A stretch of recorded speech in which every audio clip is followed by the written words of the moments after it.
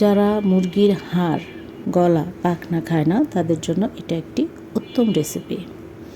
এবং বিশ্বাস করেন, এভাবে যদি রান্না করেন বাচ্চারা হাত চেটে পুটে খাবে। তো প্রথমে আমাকে মুরগির হাড়, গলা, পাখনা এগুলোকে সামান্য আদা রসুন বাটা এবং লবণ দিয়ে সিদ্ধ করে নিতে হবে।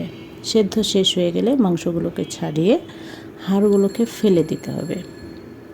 তারপর একটি পাত্রে সামান্য তেল, কিছু পেঁয়াজ কুচি নিয়ে নাড়াচাড়া করে বাদামি বর্ণ ধারণ করলে সেটাকে লবণ দিতে হবে সেখানে। তারপর দিতে হবে আদা রসুন বাটা, হলুদের গুঁড়া, মরিচের গুঁড়া, জিরা ফাঁকি, গরম মশলার ফাঁকি।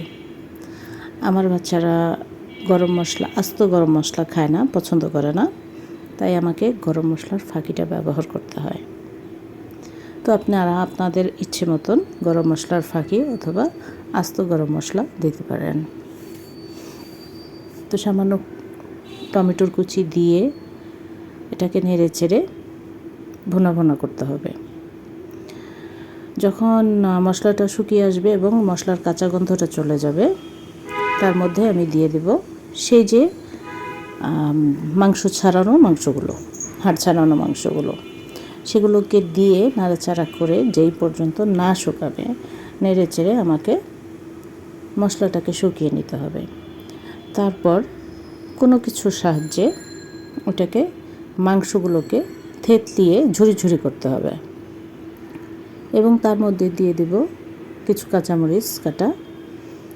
নাড়াচাড়া করতে করতে যখন এটা থেকে তেল উঠে আসবে তখন বুঝতে হবে এই রান্না কমপ্লিট।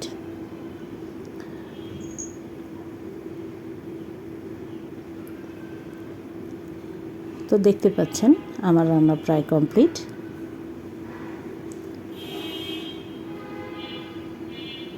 মাশাআল্লাহ, অনেক মজা হয়েছিল। আপনাদের কাছে কেমন লাগলো অবশ্যই জানাবেন। আল্লাহ হাফেজ, টাটা, বাই বাই।